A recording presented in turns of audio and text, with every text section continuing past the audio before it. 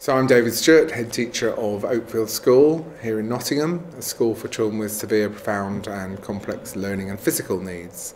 It was really good to be invited to come here today to talk about modern foreign language and those people who perhaps are disadvantaged. We were particularly talking in our group about those with learning disabilities, and that's a particular interest of mine, obviously being the head of a special school, and certainly something we've been looking at for the last 20 years.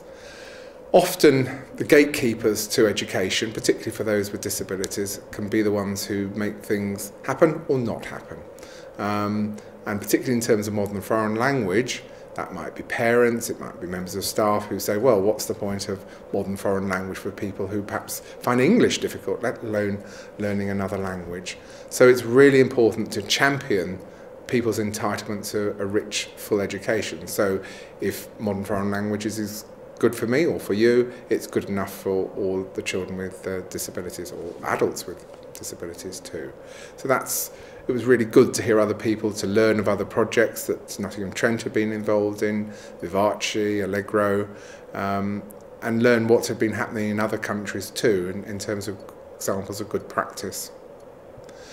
One of the issues I think is really crucial is the lack of training around special education for teachers, initial teacher training.